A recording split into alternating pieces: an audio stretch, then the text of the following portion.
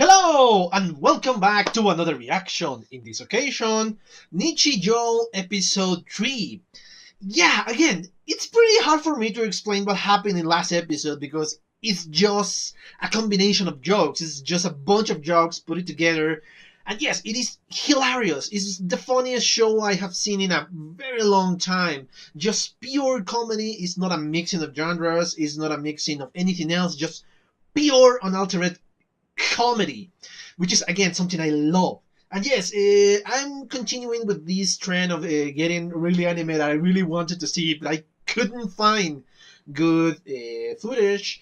So now, yes, I'm going to continue to watch the third episode of Nichijou. Again, it's impossible to summarize the last one because, again, it's just a bunch of jokes.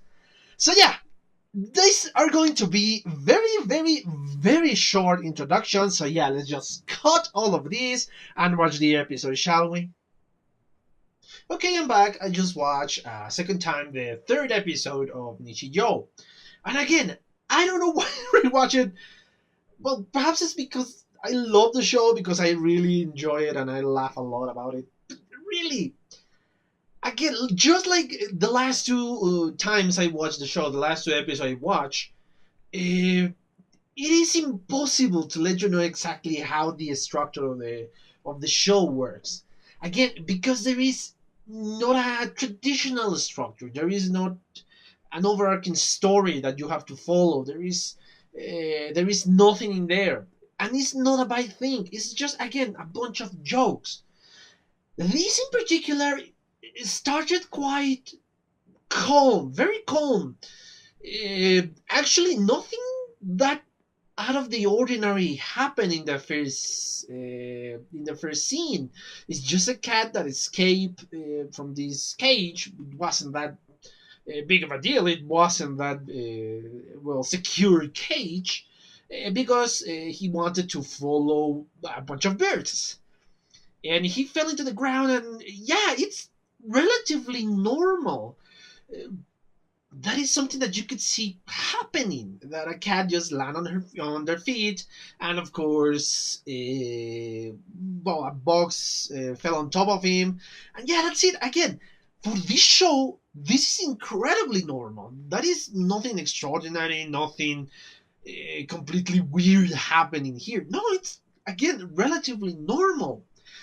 And yes, the second scene, the scene after the opening song, it's relatively normal into a certain point. That yes, Yuko just steal every part of the launch of Mai, and the problem here was that yeah, she was, or Yuko believed that Mai was kind of angry. Sorry about the clicks. I need to check something else.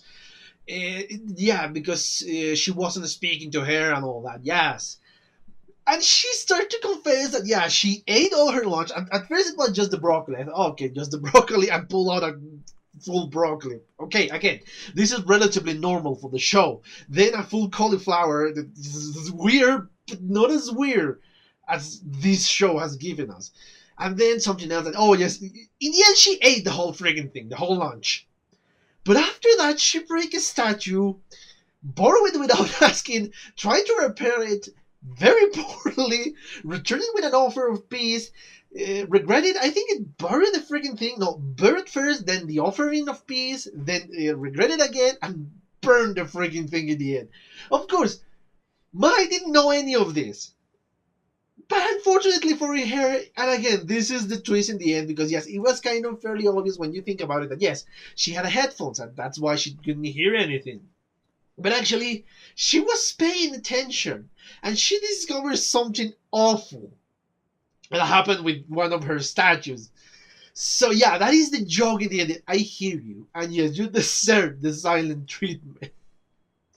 Later on, we follow again in the school. I think it is. Again, it's hard to follow in an order and to explain this. So yeah, oh yes, I almost forgot. When we arrived at the school, we saw, of course, again this cute teacher trying to be more strict with the students and try, okay, your hair doesn't belong and it's not a style that belongs in the school. But of course, something completely ridiculous happened and a red just pulled out of the freaking hair like it was nothing. And yeah, those little sketches. And again, we saw Yuko with the lack of homework again. But since she asked for the homework of it's not my, is Mio, she has to ask Mai for her homework.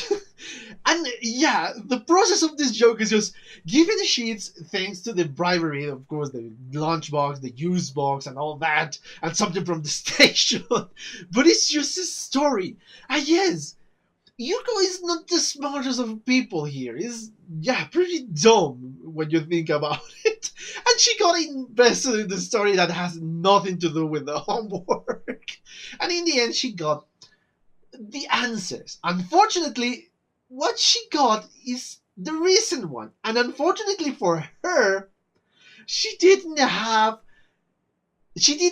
but the old one. So yeah, she didn't do homework.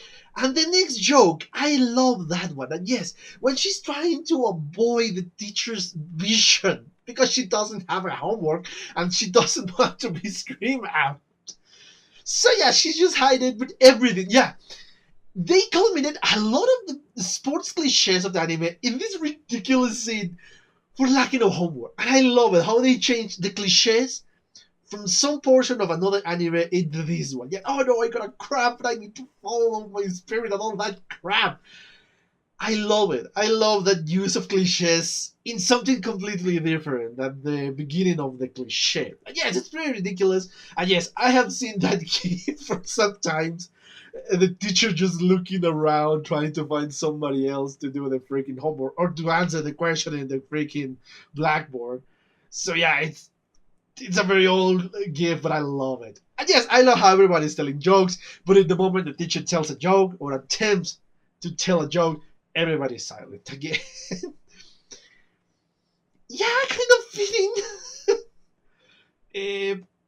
Another thing I have to point out, I don't know if I'm going to put that in the reaction or not, but yes, when the Yankenpo game or the rock paper scissors game happens, in the first few seconds of the game, oh, finally we're going to see a normal game. But then I didn't even conclude my freaking words, and yes, something weird happened. Yeah, that is the show. And yes, of course, Mai has to be the only one who is successful at jumping the freaking rope. And yeah, it's out of the norm, which is something I'm thankful for. I want to see if this little sketch is going to continue in the next episodes with other characters that are going to be presented. But anyway, we found, or in this case, Nano finds a cat, a black cat, the cat that escapes at the beginning of the episode, and she's dubious, but if she take it or if he shouldn't take it. In the end, she decides not to because yes, she has the professor to take care of. So yeah, that's full-time job, and she leaves the cat. But of course, the professor found the same cat, and she didn't care and bring the cat back home. Yeah, and they are having a discussion that yes, they can keep it because yeah, it's a huge responsibility, and of course the professor is just going to abandon the cat and something like that. But no, that she made a promise that she's not, and they got distracted by the cuteness of this cat. And yes, the scene is created to be extremely cute, and I love how the cuteness is kind of increasing little by little because yes, they're petting and they fall in love more and more with the cat. Until in the last moment, of course, the professor invents a scarf that allows the cat to speak. In this case, Sakamoto is the name of the cat, thanks to the name in the box. And when the cat starts to speak, it's the least cute voice you could ever imagine for such a cute creature. And not only that, what he's saying, oh yes, I'm your elder, I'm Mr. Sakamoto for you, so yes, I'm gonna get my free stuff from now on, so yes, lay off a little bit of the petting, that is way too much. And yes, he's so full of himself. The cat is so full of himself, as all the cats are, of course. But of course, since it lost some of the cuteness thanks to, well, the way he was speaking. It's okay, I'm just going to bring him back to the place we found him. And yeah, the person, oh yeah, sure. And that's when, oh no, wait. I'm sorry. I guess, but I guess they're going to keep the cat. And again, the freaking sketches, the small sketches, the straw sketch. I have no idea what the hell did I watch. They make you feel kind of not uncomfortable, but a more serious tone, a more sinister tone, I think is the most appropriate one. Like, oh no, this is a terrible thing, I blew it all. And of course the vice principal just wants power or something along those lines. That is what I imagine by the tone of the scene. But once the principal opens the freaking straw doll, I have no idea what the hell was those. Are those sweet beans or something along those lines? I honestly have no idea. And yes, the dramatism of the scene doesn't change. And that's what makes it funny. It's hilarious because you have no idea what the hell is going on. And yeah, of course, the Helvetica standard bit is, yeah, it's funny, but it's nonsensical in the end. It's just mystical creatures that appear in the freaking thing. And then we return to our kind of protagonists, just because they appear most in the show. That they are having an arm wrestling contest because, yeah, of course, Yuko doesn't want to pay for anything against Mai. But of course, every time she lost the game every single time. So in the end, and yes, it doesn't sound exciting or it doesn't sound funny, but obviously, I cannot tell you just how funny it is to watch that contest. Because it escalates on the ridiculous. And again, taking the tropes of every sports anime. That's, oh no, I'm so worked up. And yes, all the dramatics involved in this. Yeah, the serious moments of a sports.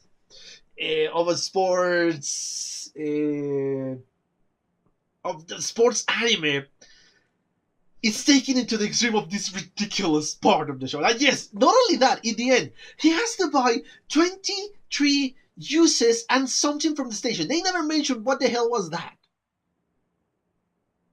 But she has to buy something from the station, and it's the last tear that appear on her face. And yes, of course, the extra scene is the conclusion of the Masao story. He's just riding the tiger in the end. And of course, the previews of the episode. That is just the show speaking that some nonsense in the episode. So yeah, again, this is hilarious. I cannot tell you just how funny this anime is. It's just so much fun to watch. Just so much fun to watch. Seriously, I love the fact that I could get high quality files for this anime because I was so eager to see, and I was missing a lot from it. So yeah, as always, I don't have much to say about this anime because it is almost impossible to explain the plot because again, there is no plot. It's just a bunch of jokes. It's just joke after joke after joke. And thanks to the randomness of the anime, that's what make it work. It really works so well. But anyway, yeah. It's hilarious. It's really, really funny to watch. Anyway, yeah, I think I have enough of this. I'm just repeating myself. So yeah, let's end it like this. Thank you so much, guys. See you in the next one. Bye. Okay, I hope you enjoyed that video, and yes, thank you so much for your attention, guys. And as always, if you want to leave a comment, that will help me a lot more. If you want to give me a like, that will help me even more to get on the top of the recommendation for YouTube. And if you want to share this video, that will help me even more. So yeah, thank you so much, guys. Thank you so much, guys, for your attention. I hope you enjoyed the video, and yeah, see you in the next one. Bye.